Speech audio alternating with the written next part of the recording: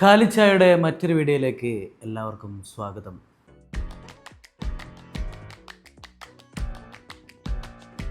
ലോക സിനിമ കണ്ടവർ മാത്രം തുടർന്ന് ഈ വീഡിയോ കാണുക, സ്പോയിലേഴ്സ് ഉണ്ട്. സിനിമയുടെ പോസ്റ്റ് ക്രെഡിറ്റ് സീനിൽ ചാത്തനായ ടൊവിനോ പറയുന്നൊരു ഡയലോഗുണ്ട്. കണ്ടാൽ എന്നെപ്പോലെ തന്നെ ഇരിക്കുന്ന 389 കൂടപ്പിറപ്പുകൾ എനിക്കുണ്ടെന്ന് പറഞ്ഞാൽ നിങ്ങൾ വിശ്വസിക്കുമെന്ന്. എന്തായിരുന്നു അതിൻ്റെ അർത്ഥം? ആരാണ് ഈ 390 ചാത്തന്മാർ? ഈ ചാത്തന്മാരുടെ ഒറിജിനെ പറ്റി ഒരുപാട് കഥകൾ നിലവിലുണ്ട്. നമ്മുടെ കേരളത്തിൻ്റെ ഫോക്ലോറുകളും മിത്തുകളൊക്കെ എടുത്തു നോക്കിക്കഴിഞ്ഞാൽ അതിൽ എന്നും ചാത്തൻ്റെ പ്രസൻസ് നമുക്ക് കാണാൻ പറ്റും. പരശുരാമൻ മഴുവെറിഞ്ഞ് കേരളം ഉണ്ടായി എന്നതാണ് കഥ. അങ്ങനെ മഴുവെറിഞ്ഞുണ്ടായ കേരളം കാക്കാൻ പരശുരാമൻ സാക്ഷാൽ ശിവനോട് പ്രാർത്ഥിച്ചു. അങ്ങനെ ശിവൻ്റെ തൃക്കണ്ണിൽ നിന്ന്, മൂന്നാം കണ്ണിൽ നിന്ന് 390 ചാത്തന്മാർ ഉടലെടുത്തു എന്നാണ് ഒരു കഥ. പാലക്കാട് ഭാഗത്തൊക്കെയുള്ളൊരു സങ്കല്പമാണ് കരിനീലി സങ്കല്പം. കല്ലടിക്കോട്ടെ കരിനീലി, കരിനീലിയുടെ മകനാണ് കരിങ്കുട്ടിച്ചാത്തൻ എന്നാണ് അവിടെയുള്ളൊരു കഥ.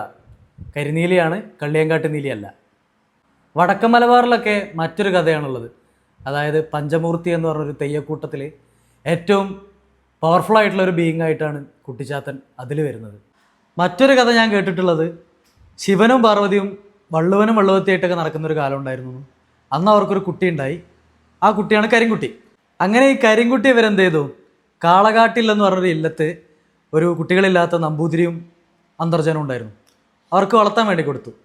പക്ഷേ ഈ കരിങ്കുട്ടി കുറച്ച് കഴിഞ്ഞപ്പോൾ ഇവർക്ക് വലിയ ശല്യമായിട്ട് മാറി. എത്രയായിട്ടും ഇവനങ്ങോട്ട് ഒതുക്കാൻ പറ്റുന്നില്ല. അങ്ങനെ ശല്യം സഹിക്കുക ചെയ്തവരെന്ത് ചെയ്തു? ഇവനൊരു 390 കഷ്ണങ്ങളാക്കി ഹോമകുണ്ടത്തിലോ തീയിലോ എന്തിലോ ഇട്ടു എന്നാണ് കഥ. അങ്ങനെ ആ 390 കഷ്ണങ്ങളും പിന്നീട് ഭയങ്കര പവർഫുൾ ആയിട്ടുള്ള ചാത്തന്മാരായി മാറിയെന്നും അതിലേറ്റവും പവർഫുൾ ആയിട്ടുള്ളതാണ് നമ്മുടെ കുട്ടിച്ചാത്തൻ എന്നാണ് ഒരു കഥ. കേരളത്തിൻ്റെ തെക്ക് ഭാഗത്തോട്ടൊക്കെ കുട്ടിച്ചാത്തൻ വിഷ്ണുമായ സങ്കല്പത്തിലാണ് വരുന്നതെന്നാണ് കേട്ടിട്ടുള്ളത്. അതായത് കാട്ടിൽ നായാട്ടിനെത്തിയ പരമശിവൻ കൂളിവാകയെ കാണുകയും കൂളിവാകയോട് ചെറിയൊരു താല്പര്യം തോന്നുകയും ഇത് പാർവതി അറിഞ്ഞ് പാർവതി കൂളിവാകയുടെ രൂപത്തിൽ വരികയും അങ്ങനെ അവർക്ക് ഉണ്ടാവുന്ന കുട്ടിയാണ് വിഷ്ണുമായ. തുടർന്ന് വിഷ്ണുമായ ഭൃംഗാസുരനുമായിട്ട് യുദ്ധം ചെയ്തു എന്നാണ് കേൾക്കുന്നത്. അങ്ങനെ ആ യുദ്ധത്തിൽ വിഷ്ണുമായയുടെ വിരൽ മുറിഞ്ഞുവെന്നും മുറിഞ്ഞ് രക്തം വന്നതിൽ നിന്ന് 400 ചാത്തന്മാരുണ്ടായി എന്നും ഈ ചാത്തന്മാരിൽ 10 എണ്ണം ഭൃംഗാസുരൻ്റെ ബ്രഹ്മാസ്ത്ര വിഴുങ്ങിയിട്ട് ആത്മഹത്യ ചെയ്തു എന്നുമാണ് മറ്റൊരു കഥ. അങ്ങനെ ആ 400 എണ്ണത്തിൽ 10 എണ്ണം സൂയിസൈഡ് ചെയ്തപ്പോഴാണ് 390 ചാത്തന്മാരെന്നൊരു സങ്കല്പത്തിലേക്ക് വന്നത്. നമ്മൾ ഈ കേൾക്കുന്ന കഥകളിലും അല്ലെങ്കിൽ ഈ പഴങ്കഥകളിലൊക്കെ ആയിട്ട് ചാത്തൻ്റെ ഒരു നേച്ചർ നമുക്ക് അറിയാം. കുറച്ച് എന്താ പറയുക, വികൃതിയുള്ള അല്ലെങ്കിൽ മിസ്റ്റീരിയസ് ആയിട്ടുള്ള കുറച്ച് ഈവിളായിട്ടുള്ള ക്യാരക്ടറായിട്ടാണ് ചാത്തൻ നമ്മുടെ മുന്നിൽ എന്നും വന്നിട്ടുള്ളത്. പക്ഷേ ഇതിൻ്റെ ഒരു ഹിസ്റ്റോറിക്കൽ സിഗ്നിഫിക്കൻസിലേക്കൊക്കെ പോയി കഴിഞ്ഞ് കഴിഞ്ഞാൽ നമുക്കറിയാം നമ്മുടെ സമൂഹത്തിൽ നിലനിന്നിരുന്ന ജാതി വ്യവസ്ഥ കാര്യങ്ങൾ, സവർണർ അവർണർ ഈ തുടങ്ങിയ ചേരിതിരിവുകൾ സംഗതികളൊക്കെ. അപ്പം ശരിക്കും ഈ കഥകളൊക്കെ നമ്മുടെ മുമ്പിൽ വരുന്ന സമയത്ത് ചാത്തൻ ഇങ്ങനെ ഒരു നേച്ചർ കിട്ടാൻ കാരണം ഇതൊക്കെ നമുക്ക് മുന്നിൽ എത്തിച്ചത് ഈ പറയുന്ന സവർണരായിരിക്കാം മേ ബി അന്ധകാലത്ത്. അപ്പോൾ ലോക യൂണിവേഴ്സിലേക്ക് വരുന്ന സമയത്ത് ഈ ചാത്തനായിട്ട് നമ്മുടെ മൈക്കിൾ എന്ന് പറഞ്ഞ ക്യാരക്ടറായിട്ട് ടോവിനാണ് വന്നിട്ടുള്ളത്, നമ്മൾ കണ്ടു. അപ്പോൾ അത് കഴിഞ്ഞ ദിവസം ചാത്തനാണെന്നുള്ള അവർ റിവീൽ ചെയ്യുകയും ചെയ്തു. അപ്പോൾ അതിലവർ ശരിക്കും ഈ 390 ചാത്തന്മാരുടെ ഒറിജിൻ സ്റ്റോറി ആയിട്ട് ചിലപ്പോൾ നമ്മളിപ്പോൾ ഈ പറഞ്ഞ കഥകളിൽ ഏതെങ്കിലും അല്ലെങ്കിൽ വേറെ ഏതെങ്കിലും കഥയായിരിക്കും അവർ എടുത്തിട്ടുണ്ടാവും, നമുക്കറിയില്ല.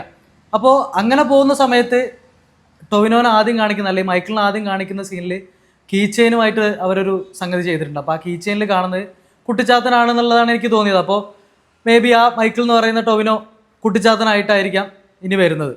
ലോക മൂവിയിൽ നമ്മൾ മൈക്കിൾ എന്ന് പറഞ്ഞ കഥാപാത്രത്തെ ആദ്യം കാണുന്ന സമയത്ത് കയ്യിലൊരു ടാറ്റു ചിലപ്പോൾ നിങ്ങൾ ശ്രദ്ധിച്ചിട്ടുണ്ടാവും. അത് സാറ്റേൺ ആണ്. നമ്മുടെ ജ്യോതിഷത്തിൽ ശനി എന്ന് പറയുന്ന ഗ്രഹമാണത്. ഈ ഗ്രഹത്തിന് ചില പ്രത്യേകതകളുണ്ട്. പറയപ്പെടുന്നത് ജ്യോതിഷത്തിൽ സമയവും കാലവും ഒക്കെ നിയന്ത്രിക്കുന്നത് ശനിയാണെന്നാണ്. നമ്മൾ ബ്രഹ്മയോഗ സിനിമ കണ്ട സമയത്ത് ശ്രദ്ധിച്ചിട്ടുണ്ടാവും. അതിൽ മമ്മൂക്ക ചാത്തനായിട്ട് വരുന്ന സമയത്ത് അതിലും ആ പവർ വരുന്നത് സമയവും കാലവും ഒക്കെ നിയന്ത്രിക്കാനുള്ള പവറാണ്. ഈ പവറിനെയാണ് ചാത്തനുള്ളത് എന്നാണ് എനിക്ക് തോന്നുന്നത്. പവറിനെ കുറിച്ച് പറഞ്ഞതിലേക്ക് നമുക്ക് വീക്ക്നെസ്സുകളും കൂടി ഒന്ന് നോക്കാം. നീലിയുടെ വീക്ക്നെസ് നമ്മൾ ഓൾറെഡി ലോകയിൽ കണ്ടു. അതായത് ഹാർട്ട് വീക്ക്നെസ് ആണെന്ന് പറഞ്ഞു, സൺലൈറ്റ് വീക്ക്നെസ് ആണെന്ന് പറഞ്ഞു. പക്ഷേ ചാത്തനെ തളയ്ക്കുന്ന സമയത്ത് അല്ലെങ്കിൽ ചാത്തൻ്റെ കേസിലേക്ക് വരുന്ന സമയത്ത് ഐതിഹ്യമാലയിലൊക്കെ പറഞ്ഞിട്ടുള്ളത് മന്ത്രതന്ത്രങ്ങളാലാണ് എപ്പോഴും ചാത്തനെ വരുതിയിൽ അല്ലെങ്കിൽ തളയ്ക്കാൻ പറ്റുക എന്നുള്ളത്. പക്ഷേ അവിടെയും ചാത്തൻ എന്താണ്? ചാത്തൻ കരുതുന്നത് എന്നെ ഒരിക്കലും തളയ്ക്കാൻ പറ്റില്ല അല്ലെങ്കിൽ എന്നെ പിടിക്കാൻ പറ്റില്ല എന്നുള്ളതാണ്. അപ്പം ആ ചാത്തൻ്റെ ആ ഓവർ കോൺഫിഡൻസ് തന്നെയാണ് പല സമയത്തും ചാത്തനെ കൊണ്ടുപോയി കുഴി ചാടിച്ചിട്ടുള്ളതും. താൻ സർവ്വശക്തനാണെന്നുള്ള ചിന്തയിൽ എപ്പോഴും മുന്നിലുള്ള മന്ത്രവാദിയെ ചാത്തൻ എന്ത് ചെയ്യും, വളരെ നിസ്സാരനായിട്ട് കാണും. പക്ഷേ മന്ത്രവാദി എന്ത് ചെയ്യും, എപ്പോഴും ഇത് മുതലെടുത്ത് ചാത്തനെ പൂട്ടുകയും ചെയ്യും. നമ്മൾ ബ്രഹ്മയുഗം ക്ലൈമാക്സിലേക്ക് വരുന്ന സമയത്ത് നമുക്ക് കണ്ടാൽ മനസ്സിലാവും ഈ ഒരു സംഗതി തന്നെയാണ് അവർ ആ സിനിമയിലും ക്ലൈമാക്സിൽ പറഞ്ഞു വെച്ചിട്ടുള്ളത്. അപ്പോൾ ഇതൊക്കെ വെച്ച് നോക്കുമ്പോൾ ചാത്തൻ്റെ വീക്ക്നെസ് ഓവർ കോൺഫിഡൻസ് തന്നെയാണ്. ഇതൊക്കെയാണ് നമ്മുടെ ഐതിഹ്യങ്ങളിലെയും പഴങ്കഥകളിലെയും ചാത്തൻ്റെ വിശേഷങ്ങളും ലോകയിലെ ചാത്തൻ്റെ വിശേഷങ്ങളും ഒക്കെ. അപ്പോൾ നമുക്കെല്ലാവർക്കും ലോകയുടെ സെക്കൻഡ് പാർട്ടിനായിട്ട് വെയിറ്റ് ചെയ്യാം. ചാത്തന്മാർ വരും. Hasta la vista, policera.